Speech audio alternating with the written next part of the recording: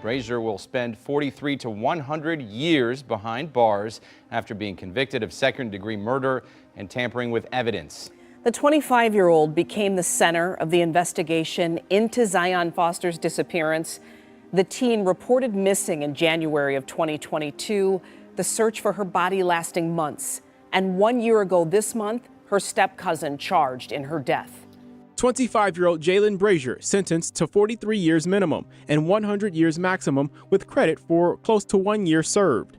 Two separate sentences added together, one for murder, the other tampering with evidence in the death and disappearance of his step-cousin, Zion Foster. I spoke with Zion's mother, Sierra Milton, after the sentencing from her home in Texas, where she relocated her family. I want to say maybe slightly rejuvenating for me to know that he's not just going to be free, because that was a fear. Before learning his fate, Brazier asked the judge for leniency. I was reckless, I was inconsiderate, and this is the outcome of it. He told the judge he is remorseful, but as Milton pointed out, in one of the interrogation tapes when asked what he'd do differently, Brazier told the detective he would probably put Zion's body in a storage unit instead of a dumpster. He's only remorseful about losing the way his life was. That is it. Milton also addressed Judge Donald Knapp. Before he delivered his sentence, she delivered her victim impact statement. We don't get to laugh and joke with her. We don't get to sing with her. We don't get to play with her. I don't get to know what she would be as an adult. I just know what she desired. Milton emphasized the toll Brazier's actions have taken on her family, the anger, behavioral, and educational issues for her children. She asked the judge to hammer the point home to Brazier that there are consequences for his actions. The defendant is sentenced to 38 to 90 years with a consecutive sentence of 5 to 10 years on count 2. Again, both sentences added together. Exactly what Milton and her children, Zion's 5 surviving siblings, wanted to hear. January 4th, 2022, 1 a.m., security camera catches a 17-year-old girl walking into her cousin's apartment. 2 hours later, that same camera shows him backing his trunk up to the house, trunk facing away from the street where nobody can see. 10 minutes later, he pulls off. When he comes back, the trunk is empty. But that girl, she never walked back out that front door. And what happened in those 2 hours is about to take you somewhere you don't want to go. Make it make sense. Because sometimes the person you trust most is the one who means you the greatest harm. She asked me if she could go with Jaylen, and I said yes, because I trust him. And I thought he would be responsible. But the fact is that it seems to me like he was hiding. He didn't pull up in my driveway. He pulled up in my neighbor's driveway. And he's pulled up in my driveway before. We've given each other a hug. I've spoken to him. He came that night and he picked my baby up by pulling into my neighbor's driveway and then parking in the front of my other neighbor's driveway. He called me. I didn't call him. He called me on the 5th when my baby didn't come home. He called me to say, I don't know why Zion would lie and put me into this. I haven't seen her in years. I haven't seen her in months. And I'm like, what? It wasn't too long ago that I saw you. And even knowing that my baby has been in contact with him, I kept going to his house. I just wanted him to tell me the truth. Sierra Milton woke up January 5th, 2022 with that feeling. You know the one, when your gut is telling you something ain't right. Her oldest daughter, Zion Foster, didn't come home the night before. The 17-year-old's bed sat empty, untouched. Now, for most mothers, this would send you into immediate panic mode. But Sierra knew her daughter's history. Zion was a senior at East Detroit High School, bright, full of life, but real talk, she was rebellious. She just turned 17 in November. And like a lot of teenagers testing their boundaries, she'd threatened to run away before. Twice the previous year, frustrated with her mama's rules, she actually did it. First time, 16-year-old Zion ran to her grandmother's house. They convinced her to come back, but days later, she left again. Sierra had to call the police. Both times turned out to be false alarms. The girl was going through it. Her grandmother had just been diagnosed with cancer, and that was weighing heavy on her. Independence was calling her name. But this morning felt different. Zion had worked her shift at Detroit Wing Company the night before. She came home. She asked permission to go out afterward. And here's the thing. She was honest about where she was going and who she'd be with. Her favorite cousin, Jaylen. Sierra trusted him. She'd watched Zion leave with Jaylen at least twice a month for the past year. She'd greeted him herself in the driveway when he picked her daughter up. So when Zion asked, Sierra agreed. She watched her baby walk out that door shortly before 11 p.m. That was the last time she saw her daughter alive. I stayed up for nights, for days, panicking, and being so fearful. God, please don't let my baby be dead. Please, God, don't let my baby be just thrown away like she's nothing. The text message came from Bertez Gonzalez, Zion's boyfriend, also in high school. Had Sierra heard from Zion? Because he couldn't reach her anymore. The last message he got from her came at midnight. 3 simple letters that now haunt everybody involved. On my way. But Zion never made it home. Calls went straight to voicemail. Messages throughout the night just sat there, undelivered. Finally, at 8:00 a.m., Bertez sent a message that captured his growing dread. "Are you alive?" Followed by, "This is the worst thing ever." Sierra immediately reached out to Jaylen Brazier. If anybody knew where Zion was, it would be him. They were close, practically inseparable. Or so she thought. Jaylen's response stopped her cold. He hadn't seen Zion. In fact, he claimed he hadn't seen or spoken to his cousin in years. 3 years to be exact. Sierra's mind is spinning. How could that be possible when Jaylen had been in her driveway just weeks ago? When she'd watched her daughter leave with him twice a month?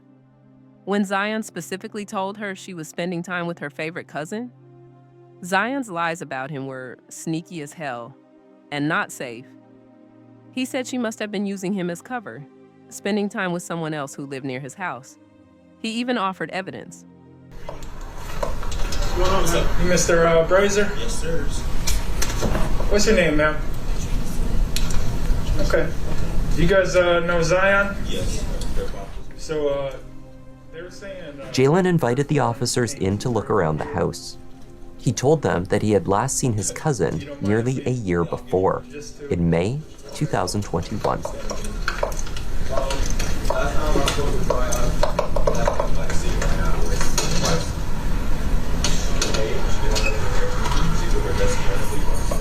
Jaylen continued to explain that it was Zion's mother and her boyfriend that seemed fixated on the idea that she had been with him that night. He had offered to show his ring camera footage to Sierra as well. When she took a look at it, the mother thought that there were gaps in entries for footage for the night of January 4th, which had obviously been deleted. Never here, but her location did say she was here. And that house across the street. I was like, but she was never here. I don't know. But anyway, I got cameras to show her that she was never here. Before we get here in Panama 31, PPAB 19-353 Meyer.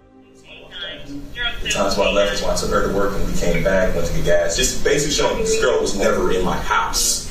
So we believe you, man. And she's known to be a runaway. Like she's ran like 4 times, and every time she got some dude's house. Her mom knows this. Her mom's just playing it a certain way, and it's making me so fucking uncomfortable. She's known to be a runaway? Yes, I would assume you guys would know that. Not saying like you're not doing your job, just assume she would tell you the damn information. Now we know. Appreciate it. All right, guys. Enjoy the rest of your night. Zion shared her location with boyfriend Bertez, a fact born from his admitted insecurity about their relationship.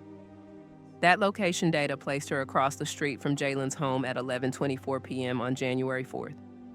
Bertez, ever vigilant, had screenshot his girlfriend's location at that exact time. So Jaylen's theory seemed plausible. Maybe Zion was seeing someone else on his street.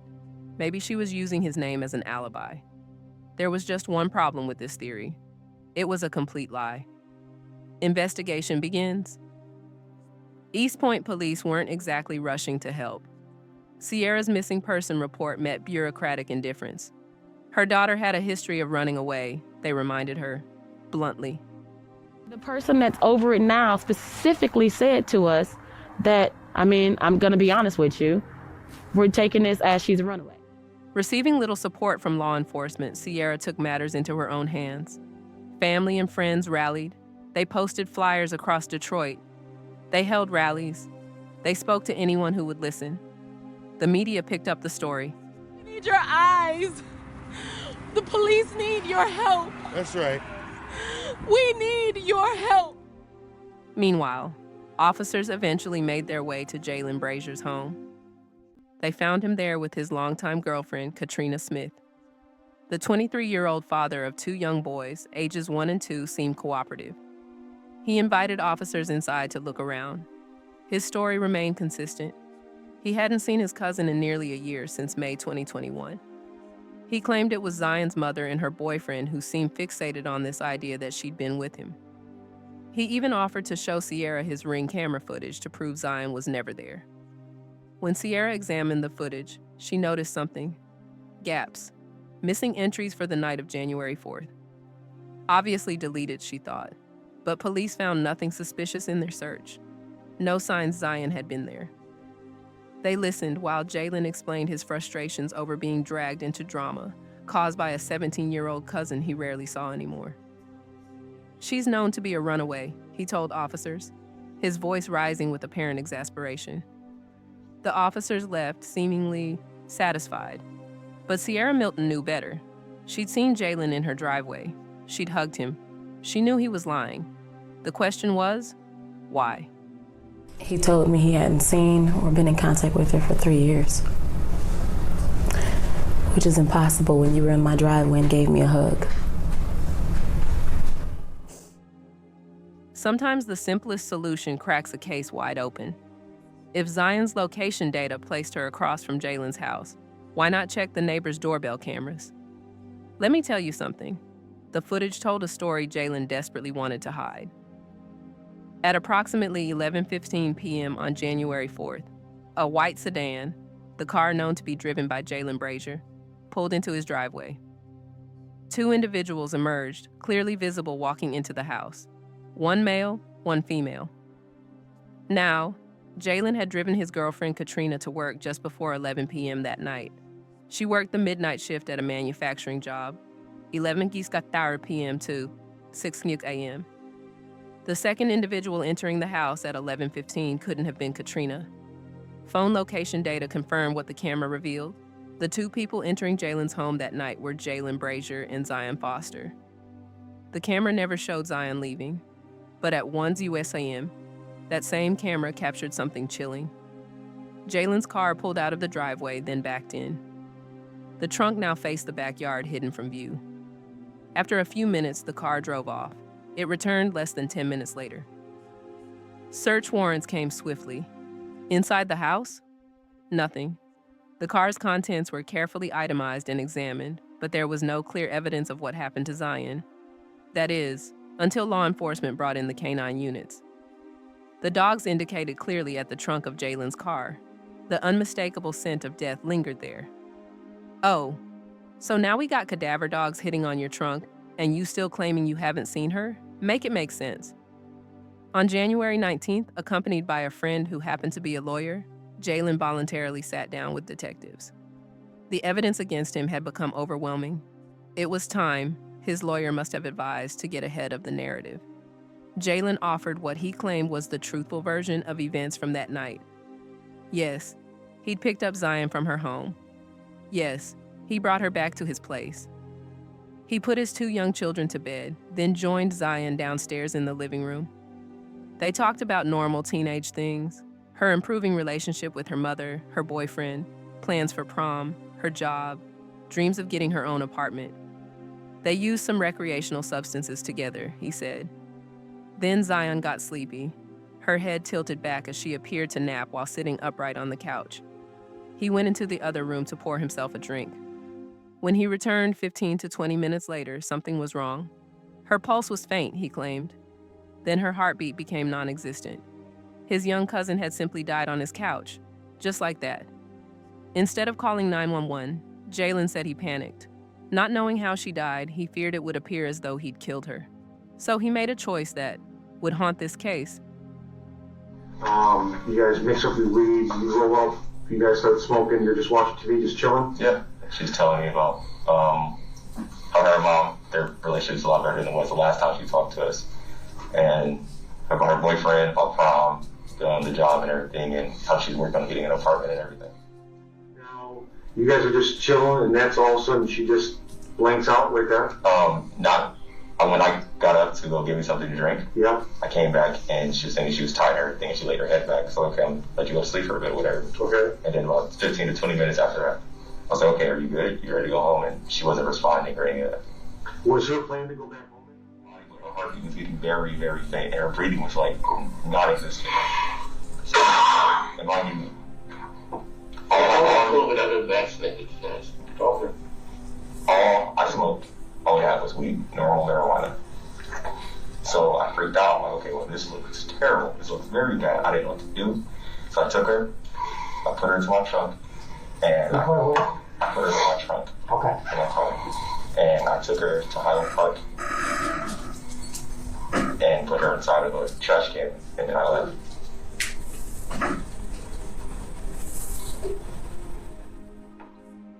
The head's back on the couch. If she's still alive at that point, you should probably just hide or whatever, from the weed. And then you start shaking her. She doesn't wake up. You check her pulse, you said, and you can see she's not breathing, not like that. So at that point, what are you doing? Freaking out. Okay, so you're freaking out, and this whole time you've been home. So at that point in time, we thought she was definitely dead. Yeah. Okay. Well, was she dead? Do you think she was dead at that point, or does she still just have pain breathing? And it wasn't anything. There was nothing at that point. Yeah. Okay. You know the difference between dead and alive, right? Was she dead? Breathing. She wasn't breathing, so I assumed that was dead. Her heartbeat was like, I couldn't read a heartbeat, couldn't feel a heartbeat or anything. So I would say she was dead, definitely. Okay. I want to have you show us the dumpster. Okay. Because I don't want to mistake it, and I want to obviously get out there and see if she's still there, then we need to recover her, and if not, then we need to do the steps to locate where she's at. Okay? You're okay with that? Absolutely. Yeah. All right. How did he know Zion was actually dead? According to his story, the 17-year-old had inexplicably and abruptly stopped breathing. But was she truly gone? She wasn't breathing, Jaylen insisted. The timeline matched disturbingly well with other evidence. Jaylen claimed Zion had been at his home for roughly 2 hours before she died, placing her time of death just past 1 a.m. Cell phone records showed her device dropped off the network at exactly 1 a.m., the same moment she stopped responding to messages from Bertez. Jaylen also claimed he hadn't deleted any data from his phone since that night. But investigators discovered he'd performed a full factory reset just 2 days later, effectively wiping everything from his device. Like, why would you need to do that if your story is the truth? Still, the movements of his phone could be pieced together through cell tower data. This placed Jaylen at the dumpsters in Highland Park at 1 a.m. He led detectives to the location where he claimed to have left Zion's body weeks before. There was no longer any sign of her there. The trash had long since been collected and compacted. Which specific dumpster? Which dumpster you want? I'm gonna walk up to you, okay?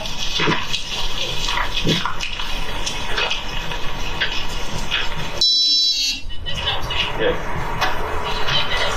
It was already open. It was already open? Yes. Did you close it? Yes. You closed it? Yes. Where did you park your car? Right by it, right in front of it. I'm sorry. I said right in front of it. Did you back into it or did you pull forward? So you were side by side? Okay. Sierra Milton's world shattered when she learned what her nephew had done. He said that my baby just died. And then that he threw her in a dumpster.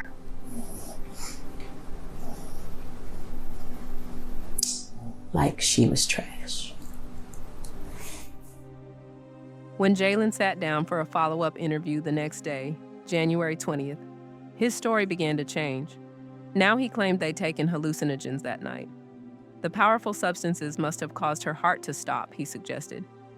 This explanation was about as medically plausible as his previous assertion, which is to say, not at all. The detective saw an opening. Perhaps Jaylen would use the drugs as an excuse for his actions, for whatever steps he took to end his younger cousin's life. I was trying like psychedelics and acid, and Okay. I think that's what killed her. Do you? Did you have like a freaking momentary, like, didn't know what you were doing moment? No. She also had, she took a time herself. But let me ask you this. The problem with those drugs are, when you're on them, you don't know what you're doing. I mean, that's the reason people take them, right? Did you do something when you were, because again, I'm trying to figure this out, and that would make complete sense. When you dropped acid, did you have, I'm not saying it's okay, but... No, I was completely comforted. Completely. I just think, I don't know if the effect for her was positive, or because I know it does a lot in your brain and like with your it does a lot. I'm going to tell you right now, it makes sense to me now. It all makes sense to me. You understand that, right? Because I'm sitting here trying to figure out how this nice young guy, Jay, could ever hurt anybody. But it makes sense to me now. It's not you. That's not Jay at that point. You understand that, right? Yeah. If you did something under the influence, that I need to know that, because that's a big difference, and I can understand that. That I can appreciate. The detective failed to elicit a confession. Without this admission, and without locating Zion's body, there wasn't enough evidence to proceed with a murder indictment. Jaylen was placed under arrest anyway for one count of lying to police. His false statements had actively deceived investigators about Zion's whereabouts, her health and safety, and his interaction with her. It wasn't murder, but it was something. The landfill search, the search for Zion Foster, became one of the most extraordinary efforts in Detroit law enforcement history. Garbage collection trucks working in Highland Park were tracked to specified areas in local landfills. An estimated 8-week project was launched to sort through literally mountains of waste from all over the Detroit area, compiled over several weeks. Dozens of volunteers, mostly wearing masks and hazmat suits, assisted by heavy machinery, picked through layer after layer of the landfill, systematically, methodically, looking for any sign of the 17-year-old girl someone had thrown away. Alicia, crews could be searching for 2 months. They'll have to suit up in full hazmat gear and pull 8 to 9 hour shifts. And Zion Mothers tells us that she'll be close by to the site while they're searching, and she just hopes all of this hard work won't be for nothing. Sierra Milton has been waiting 2.5 weeks for this search to start. Her 17-year-old daughter, Zion Foster, went missing in January. Police are now hoping to recover her body. We don't know if it'll be the first day, the second day, the first few weeks, or if it'll ever happen. In total, the search could last 6 to 8 weeks. The Detroit Fire Department was at the landfill yesterday with a decontamination unit. Patty Kukula, executive director of the Detroit Public Safety Foundation, says over 70 people a day from multiple jurisdictions will be pitching in to help. We're going to have a warm week, suiting up in all of the gear with the respirators and the complete hazmat outfit and the heavy steel boots, making sure that they're protected against any kind of toxins that may be there as they're doing the search. Nobody has really been frightened about this. They're ready to jump in and go. The start of the search means the family may soon get closure, but Zion's siblings are struggling to accept reality. They're really starting to come to grips with this situation, and so I see the breakdown, and I see that, I see the emotional turmoil that they're experiencing. Kukula says it's Zion's family that will give the crew strength. And this picture board is going to have the kids writing and thanking the first responders, and every day when that first responder shows up, they're going to look into this family's eyes and they're going to work even harder to locate Zion. We expect phase one to take approximately 2 weeks, but we're doing what's right for the right reasons, and we're going to do everything we possibly can to bring some degree of closure. Will never be complete closure, but some degree of closure and justice to this family. Meanwhile, Jaylen Brazier faced up to 4 years in prison for lying to police. The Detroit Police Department, assisted by the FBI, continued seeking a warrant for murder. At his sentencing for the lying charge, Jaylen pled his case. One, I did turn myself in. Yes, I lied, but I was not in the right state of mind. There was no way for me to prepare for a situation like that. I was scared. I don't know exactly how she passed, what caused her to pass. I just know 1 minute she was cool, she was fine. She laid back for a minute.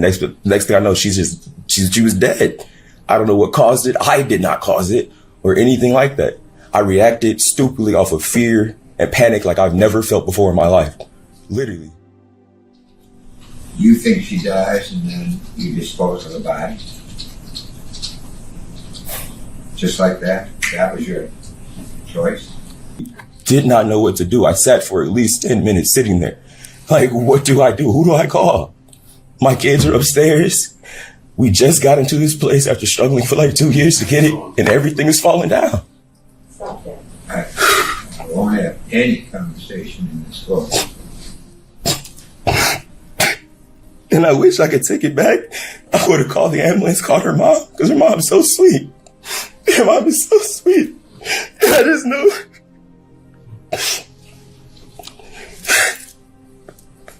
I wish I could take it back. Nobody had been in the situation. At the very least, they'd be able to be like, okay, this happened, confirm this. And everybody has some sort of peace right now, you know?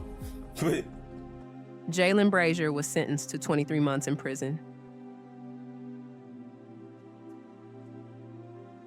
While incarcerated, Jaylen's phone calls home to girlfriend Katrina and other family members were monitored closely.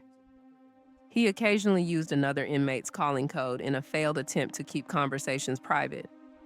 He also possessed a prohibited cell phone, which he used to exchange thousands of messages with Katrina. Repeatedly in his calls, Jaylen would ask if anything major had happened. This seemed to be poorly concealed code. Was he asking whether the massive landfill search had found anything or anyone? There, the most logical and possible one, right? Is that there's nothing major or new, and due to that, there's a last effort to put together any types of anything, and that's basically the most logical thing that I came up statistically. So, I do want you to know. Keep your head up. Don't say nothing. You could be of course.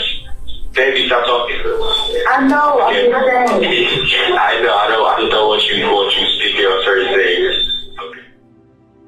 But hey, think about that for a moment. If Jaylen's story was truthful, if Zion had died abruptly from some unknown and non-violent cause, then there would be every reason for him to want her found. Finding Zion would exonerate him. The quicker, the better. Wishing for her discovery should also be the sentiment of a loving cousin who cared about his family's peace of mind. Instead, over and over again, he expressed relief that no major developments had occurred in the search. As the final days of the landfill project approached, he began referring to it as a search for CO. Yeah, just relax. Today is the first, tomorrow's the second. That's what, it was to stop the COVID thing in here. Stop searching for COVID, essentially. And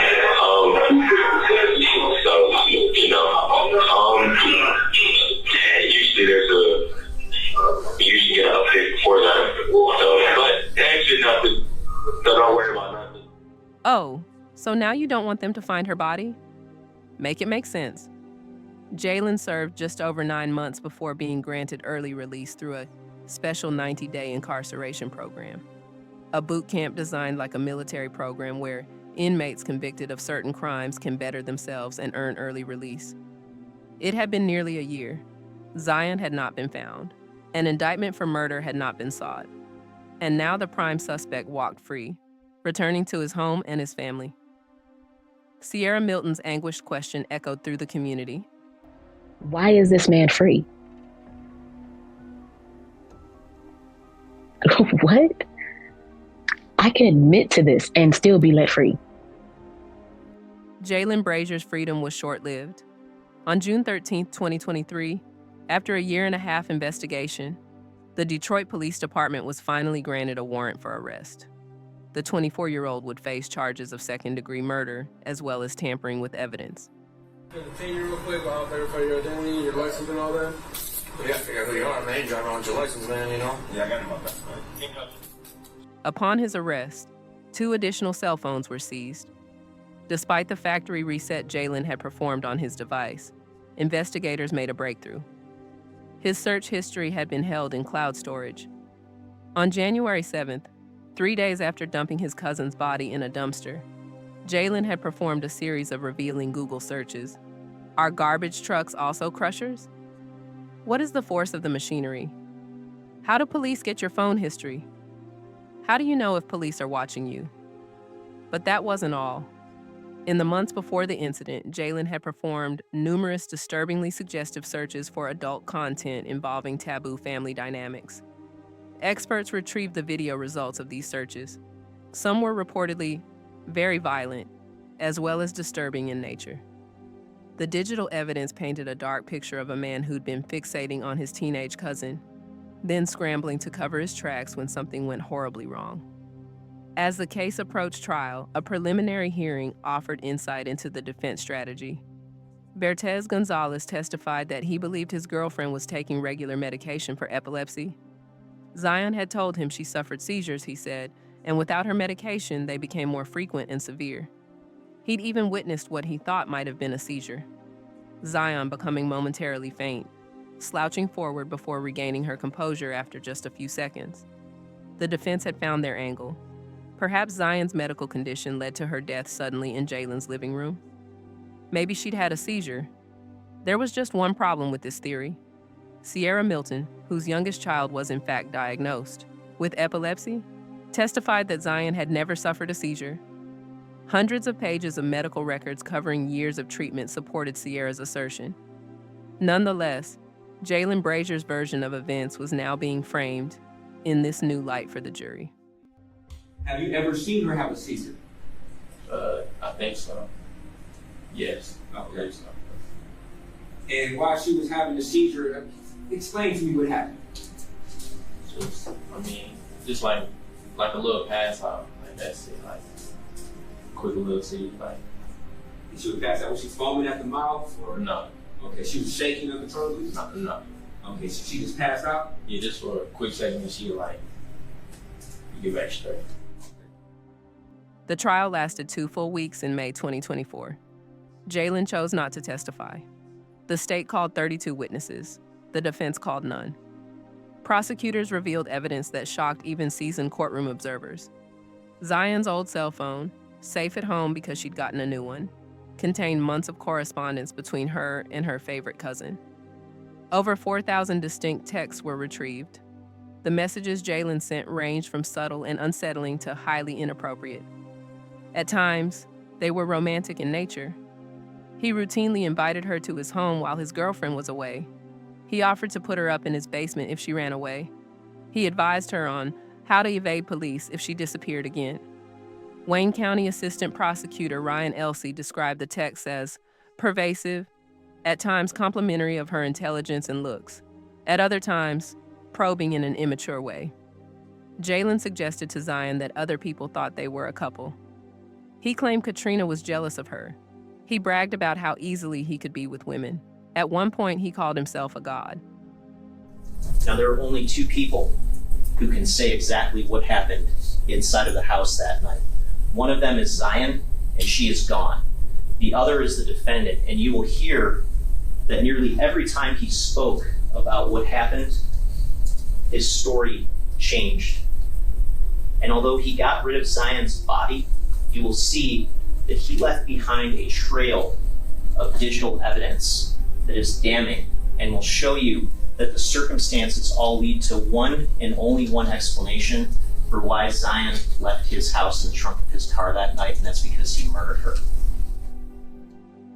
Prosecutor Elsie concluded by telling the jury that the 23-year-old had been systematically manipulating his younger cousin for years, that he had fantasies about her, and that on January 4th he acted on his impulses. This was the twisted motive that led to her death. She also had a history of seizures and taking seizure medication. Now, on this particular day, she came over to Jaylen's house.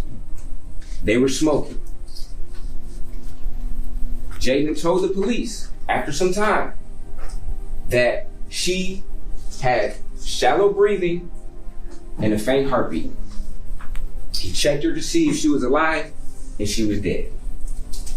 He then feared, because he was doing drugs, which is still federally illegal, that he could be blamed for something, and he panicked. The case against Jaylen was largely circumstantial, though compelling. A forensic anthropologist who reviewed Zion's medical history determined that the only condition she suffered that could possibly have led to her death was asthma. But an asthma attack would present as the exact opposite of what Jaylen described. Instead of quietly passing out with a faint heartbeat, Zion would have been struggling to breathe. It would have been very clear she was in distress. The prosecution's closing argument cut through the defense's theories like a knife. He brought her to his house late at night on January 4th, 2022, behind the back of his pregnant girlfriend who was at work at the time. And she leaves that house in the trunk of his car on a night where he has an unexplained gash on his collarbone. What do you think happened inside that house that night? She died of COVID? She died of a seizure? There's a claim that he did what he did because he was afraid of getting caught for illegal substances, afraid of getting busted for drugs. You ever heard of somebody getting rid of a body to avoid a parking ticket? Period. When he brought her to his house late at night on January 4th of 2022, behind the back of his pregnant girlfriend, who was at work at the time, he brought Zion over to his house late that night, and she leaves that house in the trunk of his car on a night where he has an unexplained gash on his collarbone. What do you think happened inside that house that night? She died of COVID? She died of a seizure? There's a claim that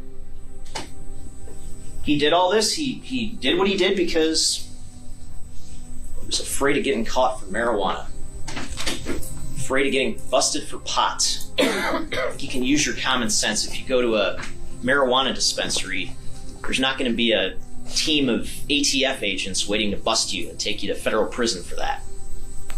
It's about the equivalent of a parking ticket. You ever heard of somebody getting rid of a body to avoid a parking ticket? Vertez himself said Zion told him specifically she had a history of seizures. The question was asked, were you concerned when you saw this? No, I was not concerned because I knew of a history of seizures she told me about and that she was on medication for it. And his understanding is that if she did not take the medication, the seizures would be that much worse. Sierra Milton and the rest of Zion's family waited as the jury went into deliberations. Just so many inconsistencies that, again, hopefully, the end point of this is that they will see those inconsistencies, see through the lies, and see the truth. That he murdered my daughter, and he disposed of her with absolute disregard for her life. They returned in only 30 minutes. As to count one, how do you find? Guilty. As to count two, how do you find? Guilty. Now, ladies and gentlemen, please raise your right hand. Jaylen Brazier maintained his innocence at his sentencing hearing. Her death was not in any way violent. She wasn't hurt at all, he insisted, still clinging to his story. The picture's already painted, of course, and once she gets it, have it in her head, it is what it is, she believes what she believes. But Zion was not in any way violent. He wasn't hurt at all. I said that I never wanted to apologize, but I never tried to apologize. That's not true. What I said is I know that my apologies were nothing because you can't change her. But what I did. Before announcing his decision, Judge Donald Knapp outlined the convict's failure to accept responsibility for the murder, for disposing of Zion's body, for lying to police, for causing delays in the investigation, for leaving his 2 young children alone in the house while he disposed of evidence, for manipulating and lying to family. It is unlikely, Judge Knapp concluded, that he will ever be rehabilitated. Jaylen Brazier was sentenced to 30 to 90 years in prison for the murder and another 5 to 10 years for tampering with evidence. These terms would be served consecutively. Sierra Milton's body trembled as the sentence was read. My body was trembling, but man, when it was read, and it was just so matter of fact, I was so happy they saw. She was loved, she is loved, she was fought for, and this is the result. So I'm happy that in the end, this is justice. Then she addressed Jaylen directly. And for Jaylen, you thought you were smart, you tried to be slick. The people saw you for what you are. You ain't, and I hope you never get out. Zion Foster's body has never been recovered. Over 70 volunteers and law enforcement officials searched the landfill for nearly 6 months before finally admitting defeat. Somewhere in that massive expanse of waste and refuse, a 17-year-old girl with her whole life ahead of her remains lost. As of this writing, Jaylen Brazier remains at an intake facility in Wayne County, awaiting his placement in a general population prison. He'll be eligible for parole when he's in his 50s. Given the consecutive nature of his sentences and Judge Knapp's assessment of his rehabilitation prospects, he may never see freedom again. This case serves as a chilling reminder that danger doesn't always come from strangers lurking in shadows. Sometimes it wears a familiar face. Sometimes it calls itself family. Sometimes the person you trust most is the one who means you the greatest harm. Zion Foster trusted her favorite cousin. She got into his car willingly that night. She walked into his house without fear. She never walked out. For those who want to see the full legal proceedings, we've included the complete 42-minute sentencing hearing at the end of this video. You'll hear directly from Sierra Milton's victim impact statement, the judge's full reasoning, and Jaylen Brazier's final words before being taken into custody. Rest in power, Zion Foster.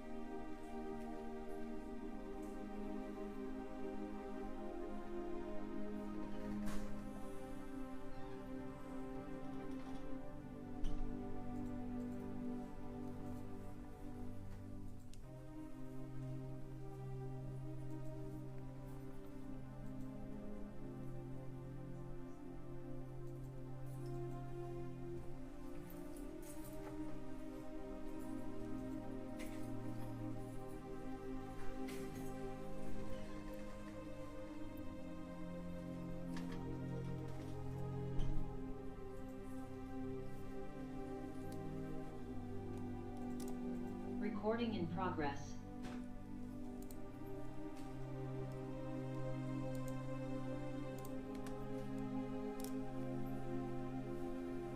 Calling case number 23-3818-01-FC, People State of Michigan versus Jaylen Brazier. Appearances, please.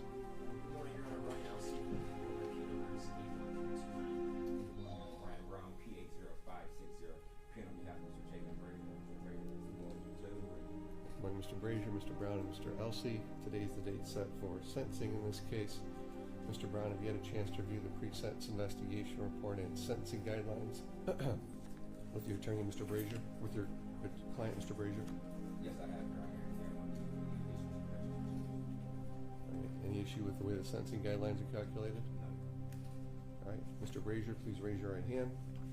Do you solemnly swear or affirm the testimony you're about to give is the truth, the whole truth, and nothing but the truth, so help you God? Yes. All right. Please state your name and spell it. Jaylen Brazier. J-Y-L-I-N. Brazier, B-R-A-Z-I-E-R. Put your hand up. Do you read, write, and understand the English language?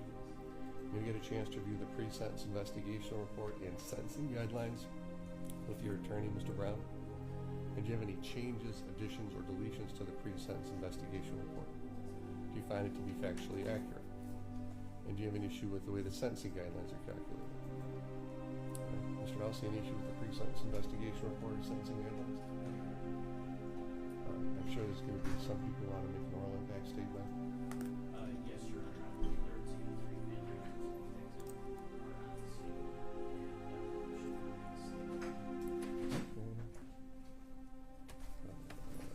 Well, there was one. It now appears to be gone.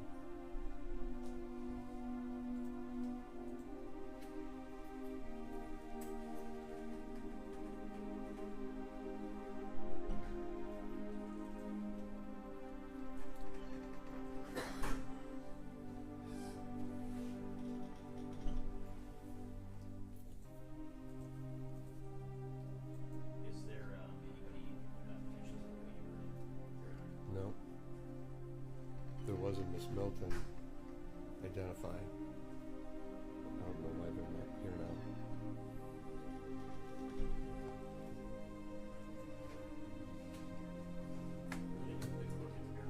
Sure.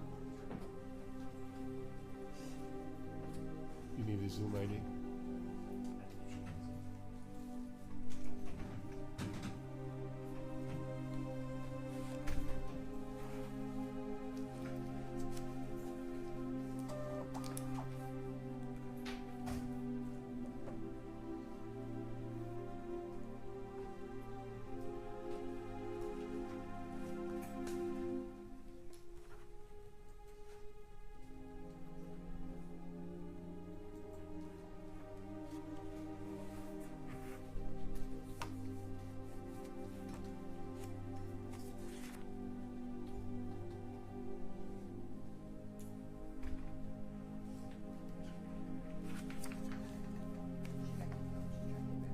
Oh, here she is.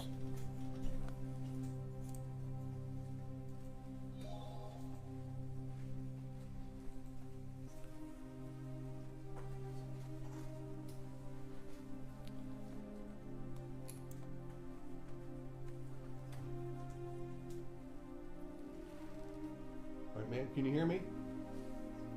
Yes, sir. Okay. All right, ma'am, go ahead. If you could just direct your comments to me, please.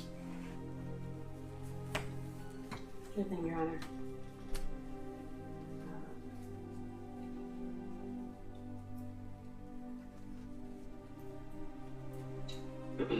Take your time.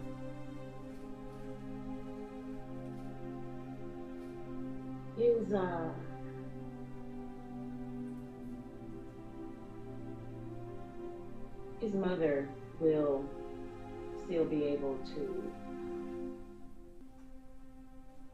talk to her child.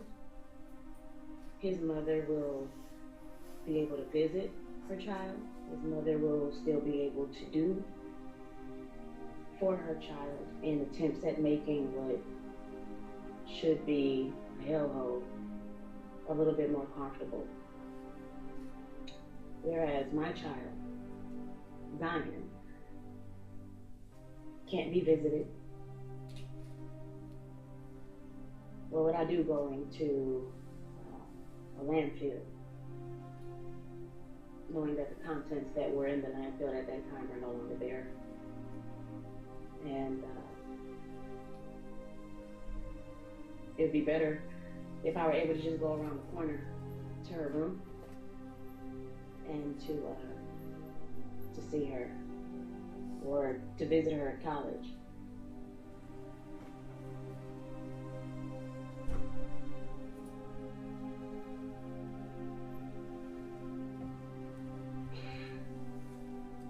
He lives and is grown and was able to start a family. My child, Zion, had only just hit 17. She didn't get to see graduation. She didn't get to see prom. She didn't get to get her first license, marriage, family, or a career. And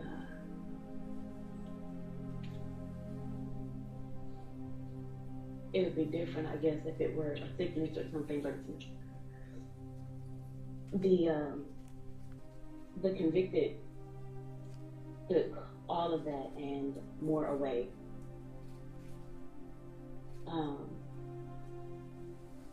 I want to stress that single parenting is always very hard,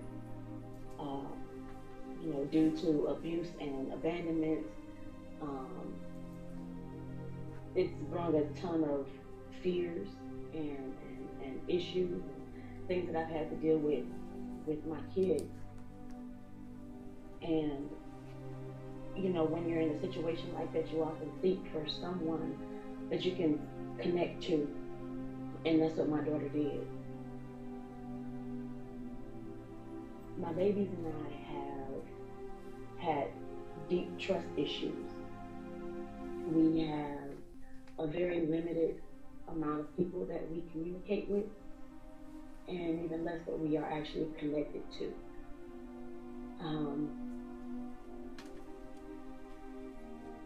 And since this, it's been even more tight-knit. Had to deal with therapy sessions and children acting out because just from the abuse that they saw from their father, which is the convicted's cousin, or the feeling of abandonment there. So now you add on another layer of family doing wrong to family. And at this point, it's at the max. I've had my children be suicidal because of the pain. I've had my children have to be hospitalized. My children have been on medication. And because I am the sole provider with absolutely no support, I don't have the ability to break down. And so even in my brokenness and attempting to do what I can for my children, there have been moments where that ability has been stripped away just because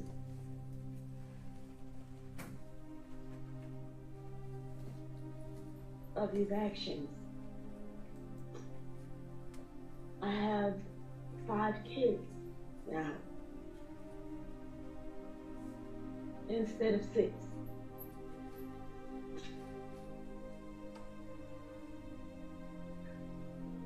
And there were times that I haven't been strong enough to deal with this. When we've ended up without housing because I couldn't make it to work, because I couldn't function, because of breaking down. We have various medical diagnoses.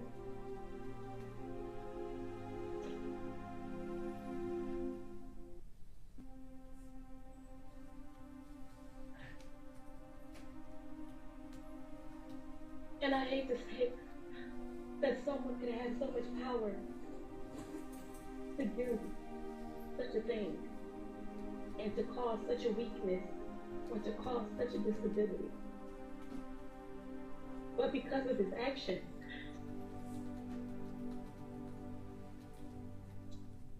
I had to have my baby homeless, pleading for help from their father or just to get something so that we could. And again, still trying to maintain everything because we are the ones who are affected the most. Not saying that others aren't, but we are the ones who are affected the most. Because Zion, the life of the party. She was my firstborn, my best friend.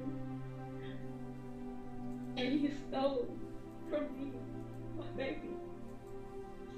He stole from me the opportunity to even say goodbye. He stole from me my artist, my architecture. And he stole from me my singer and my songwriter. He stole from me. And he stole from my babies. And he stole from the world what would have been and what should have been a great human being. All she has ever done was try to make people happy and try to fit in, because that's what kids do.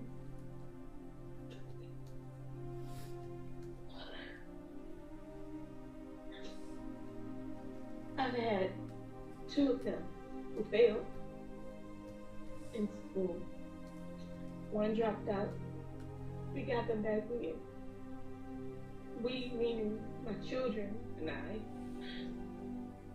because they still wanna grow. They still wanna thrive. But Your Honor, it is hard. It is extremely hard to know that we have to wake up every day and see a belonging or a video pop up on our phone and know that we can't talk about the memory with her. We don't get to laugh and joke with her.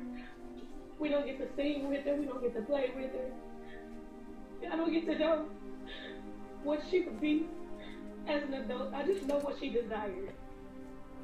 My baby was an entrepreneur. Even at the age of 15 and 16, she had created her own website and was making her own little money and things. What more would she have done and what more would she have been if she weren't snuffed out by the convicted? My baby boy is the one that actually has epilepsy, and he, in the very beginning, of course, because he just loved Zion, would reach out only for her. It took a 1.5 years for him to get better. He wouldn't eat food. He was accustomed to her. It's just a number of things. It's a number of things. I have boys, and they are angry. Angry. They're angry with the world. They're angry with family. They're angry at him.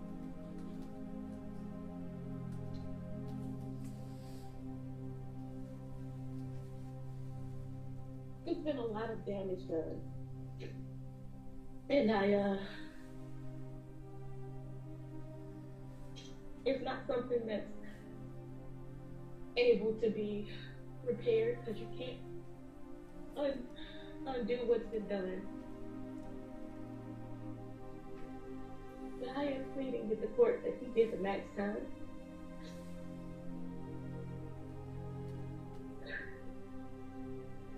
We need 25 years, my baby would have lived longer than that.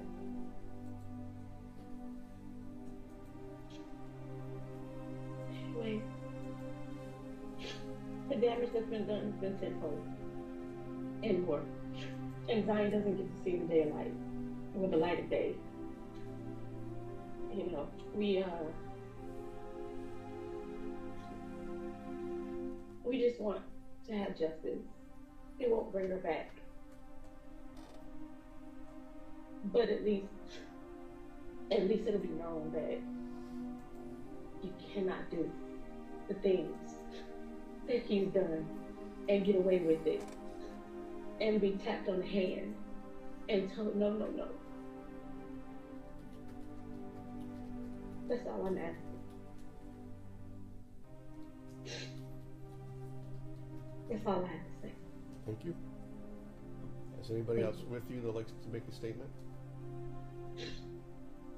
My daughter Chosen was ready to, but she doesn't. She can't handle speaking to the court. People are in. So she did write something, and I believe that it was sent here. Yes. Will that be presented? I've seen it.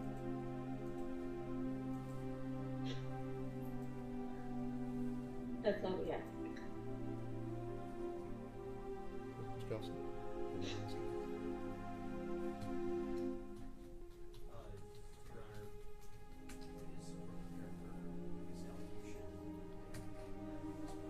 If there's no other one who wants to make an oral impact statement, then yes.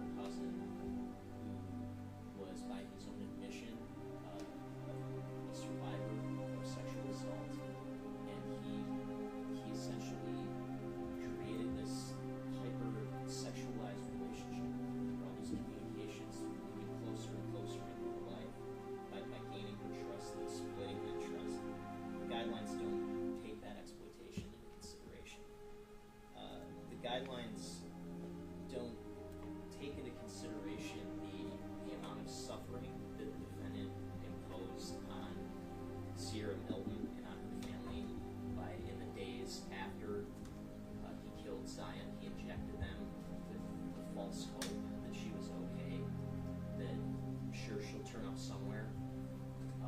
At a time when other members of the public, when this was widely reported, were also exploiting Miss Milton and her family, claiming that they had information about where Zion was, and of course demanding money.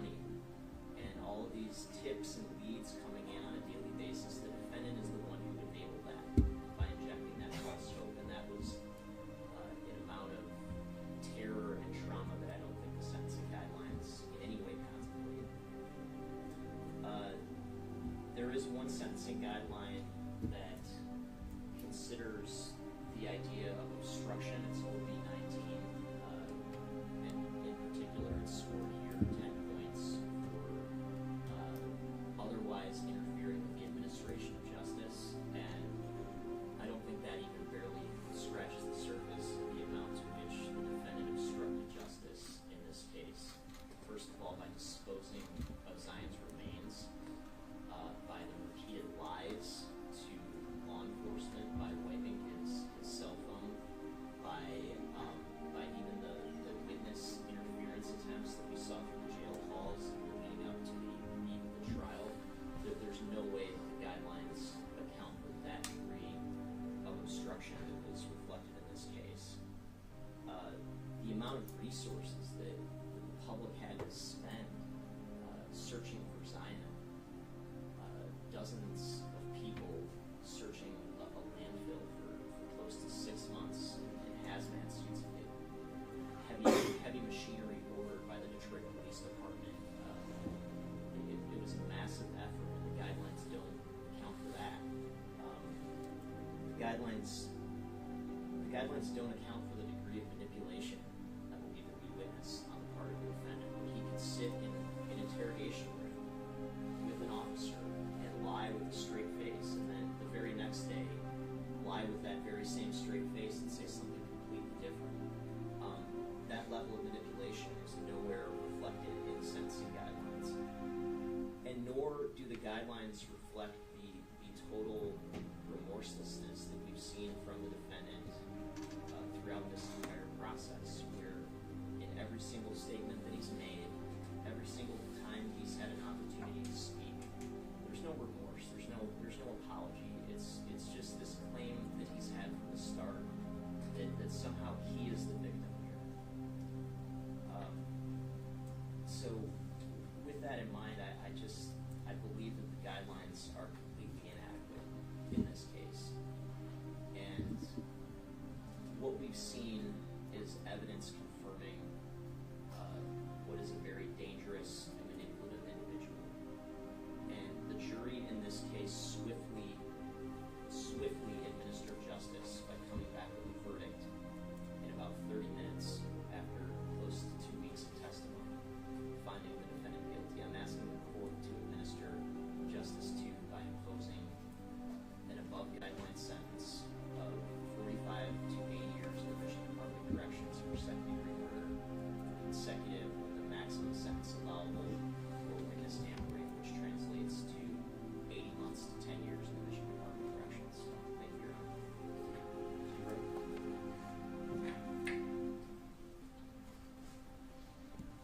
Your Honor, we know that the guidelines are advisory, but the guidelines are there for sort of guideposts because, in fact, they do incorporate a lot of the factors which the prosecutor indicates that are not taken into consideration in the particular case. For one, OV number 5, which was scored against Mr. Brazier, which is the psychological injury to members of the victim's family. When this was crafted by the legislature, they took that particular situation or situations like this into fact when they constructed the guidelines of how certain crimes or certain acts would impact a person's family. And in this particular situation, they scored it as such. OV-19 was scored against Mr. Brazier as far as the interference with justice, as far as the situations that Mr. Elson stated, as far as the wiping of the phone, the fact of telling the officers at first that he didn't know, even though in my opinion it could have been a good reason. He did eventually come clean and told the officers exactly what happened, where she was. Sergeant Jones indicated that they believed him because otherwise they wouldn't have spent so many man hours in the particular landfill. It was very unfortunate that she was not found in that landfill, but I would surmise Mr. Brazier wouldn't know that her body would never be turned up after telling the officers, in fact, where she was. There's also OV number 10, the exploitation of a vulnerable victim, which in this particular case was not scored nor was it requested by the prosecution. This is another variable in the guidelines that the legislature took in consideration when they carefully drafted all the particular guidelines. And it could have been applicable in this particular case, or at least could have been requested. However, I guess the prosecution felt that it was not necessary or applicable in this particular case. And Your Honor, one of the reasons for sentencing is to give an individual a chance to rehabilitate himself. And I believe that Mr. Brazier has demonstrated that. He was previously convicted in Macomb County for the same situations revolving around this incident. He was released on parole, and per the recent investigation report, he had negative substance abuse test. He was working. He was trying to fold himself back into the fabric of society. He has 3 minor children that he was living with, providing financial, moral, and physical support on a day-to-day basis with his fiancée, showing that he does have what it takes to be an individual who can come back to society. However, Wayne County prosecutor charged him much later after this particular incident upon his release, which led to this particular situation. Now, I don't necessarily believe that Mr. Brazier was trying to groom Zion, and I don't believe that the text messages that were shared between them were of a sexually charged nature. I personally believe that it just shows the extent of their relationship. Now, I'm not going to relitigate this particular matter, but in that particular situation, I don't believe the evidence showed that. And as far as remorse, we saw that Mr. Brazier was very emotional at particular times at different interviews. Now, he maintained his innocence throughout the trial, and that's his constitutional right. I don't think that should be held against him.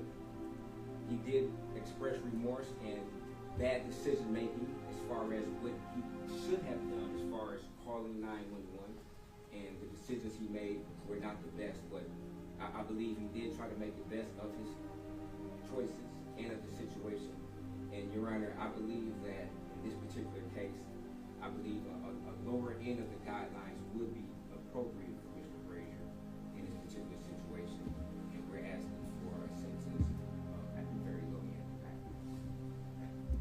Mr. Brazier, anything you'd like to say?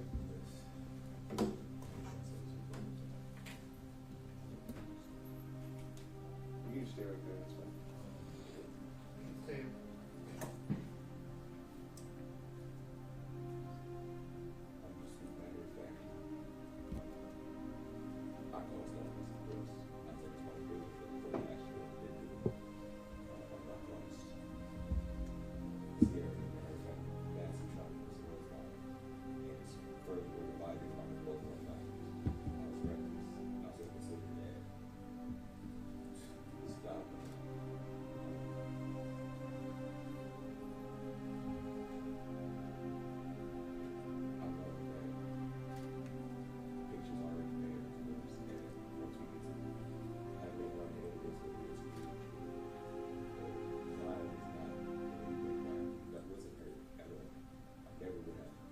Guess we were told there was nothing sexual, right?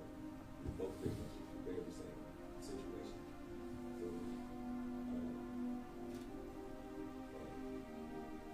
it was said that I never wanted to apologize, and I never tried to apologize. That's not true. What I say is I know that my apologies were nothing. You can't change it. What I did, you can't change it, won't change it. And I know if I was the one hurting it, it wouldn't matter. He's saying I'm sorry, but I am. Very much so. Like I said, many people throughout this whole 2.5 years. I pray for everyone, including her family, because my own family was for peace and some kind of closure. I hope this brings up everything, guys. Genuinely. I am so just my way of showing that I'll be the same for all of you and anybody else, but you can't help but do this.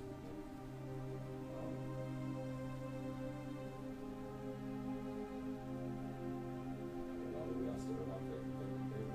Let's continue to do that. Just going through our roundabout situations. And honestly, I feel like what defines a person is the mistakes we make in our past.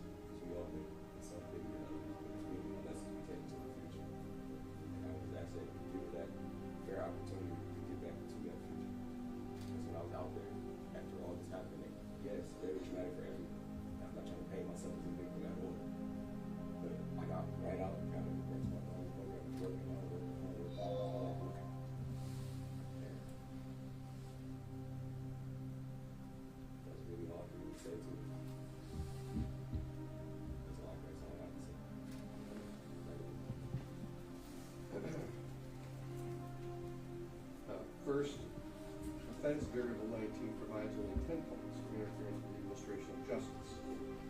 As such, the guidelines do not adequately account for the numerous ways in which the defendant interfered in this case. At the outset of the police investigation, the defendant told police that he did not see Zion Foster for months, even though the evidence clearly showed that on January 4th, 2022, the defendant picked up Zion Foster from her home and brought her to his home. He even went so far as to tell police that Ms. Foster had a habit of running away because he had a poor relationship with her mother.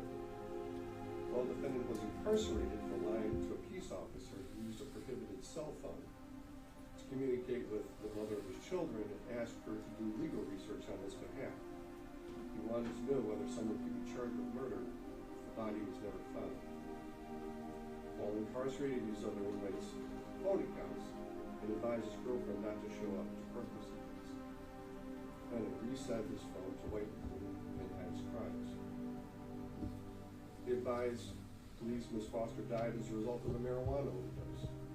Later, he told police that the victim died because of an LSD overdose. Finally, he returned to his original story that Zion Foster died as a result of a marijuana overdose. For all these reasons, this court finds that 4019 does not adequately address particular facts in this case.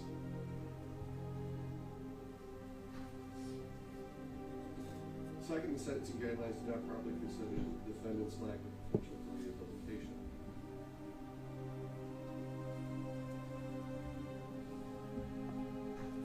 In addition to his pervasive prevarications, he remains largely unable to accept responsibility for his undisputedly established behavior. When the drafter was asked, drafted the pre-sentence investigation report, was asked whether there was any statement he'd like to have noted in his report, he said, "I didn't murder her, but the jury found me guilty." Well, I'm not surprised that the defendant continues to deny his role in the victim's death. His response reveals that he's incapable of accepting responsibility of the suffering he's caused Zion Foster's family.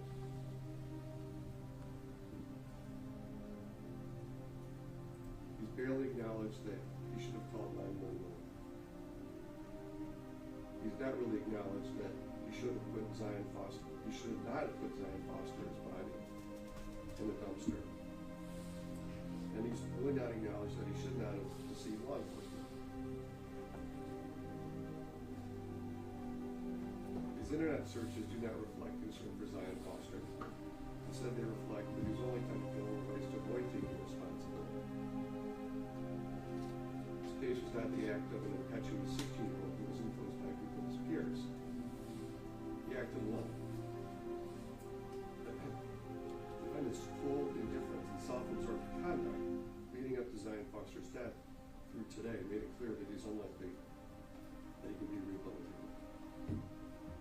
Third, the relationship between the victim and the aggressor provides a reason to exceed the sentencing guidelines. Zion Foster considered the defendant her favorite cousin, and the defendant only viewed her as a potential source of pleasure.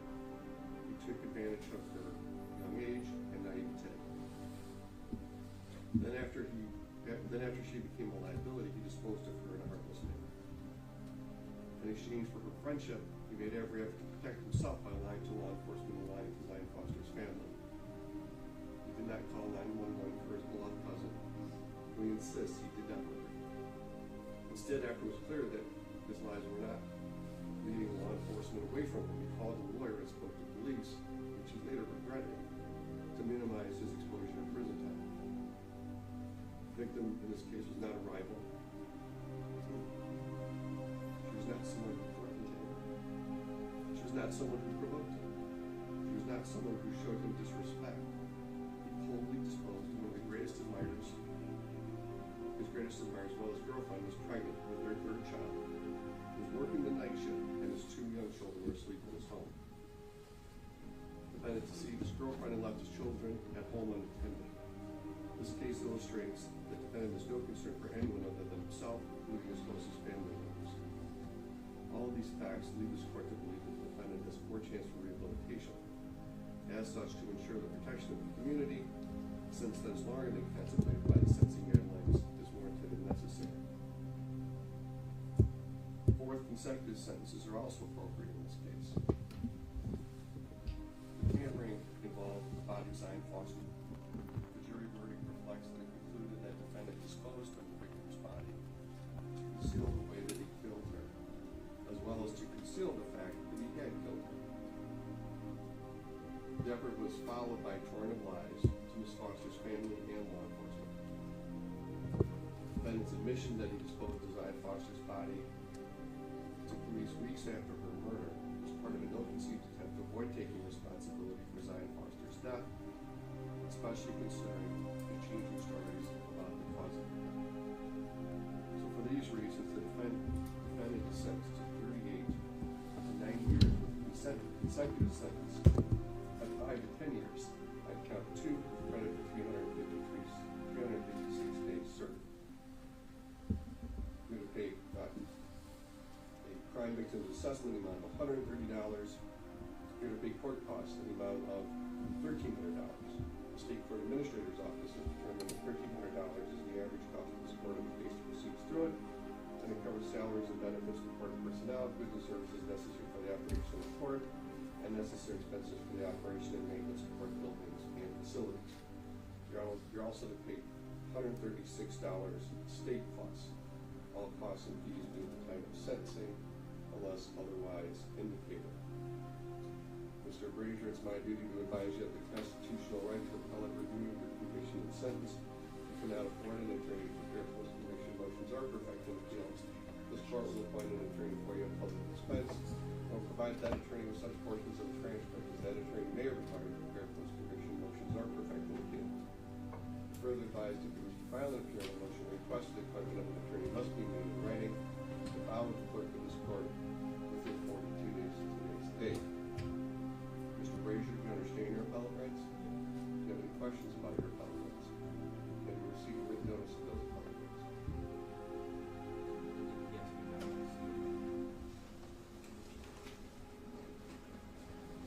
The best to you and your family is known.